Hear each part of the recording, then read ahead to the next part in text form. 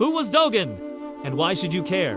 Well, Dogen is the founder of the Soto school of Zen Buddhism and arguably Japan's greatest philosophical mind before the 20th century. And if you only take one thing away from this video, I hope it's the idea that time and existence are intimately connected. Ready? Let's do this.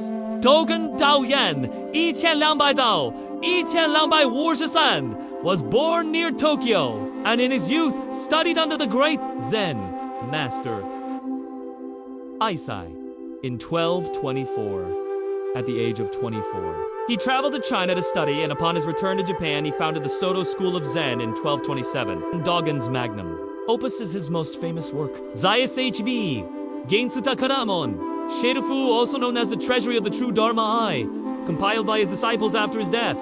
It's a monumental work in world literature and a profound exploration of time, being, and practice. One of the central themes in Dogen's philosophy is the concept of uchi, sometimes rendered as being time or time being. Uchi is a compound term made up of the characters for time-ji and existence, you. Time and being are seen as inseparable and constantly interpenetrating each other.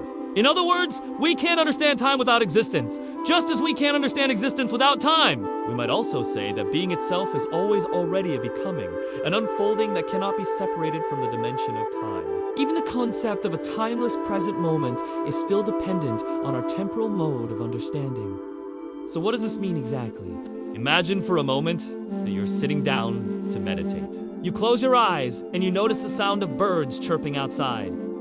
You hear the wind blowing through the trees. You feel the sun warming your skin. You become aware of the rise and fall of your breath. Now imagine that all of a sudden these sounds, this warmth, this feeling of bodily comfort, all of it just ceases to exist. There is now no sound, no sensation, no awareness. There is nothing. If there is nothing, then how can you meditate?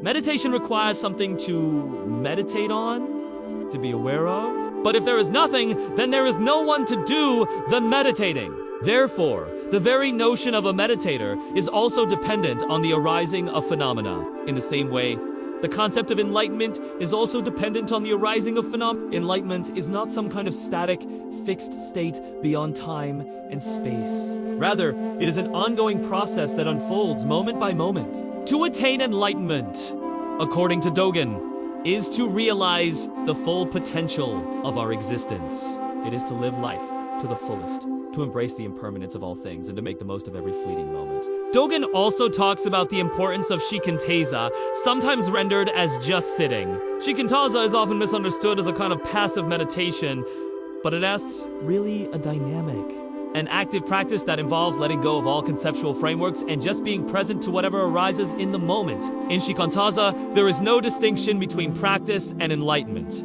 because every moment of being is a moment of practice. Every moment of practice is a moment of enlightenment. So what is the significance of all this? Talk about time and being.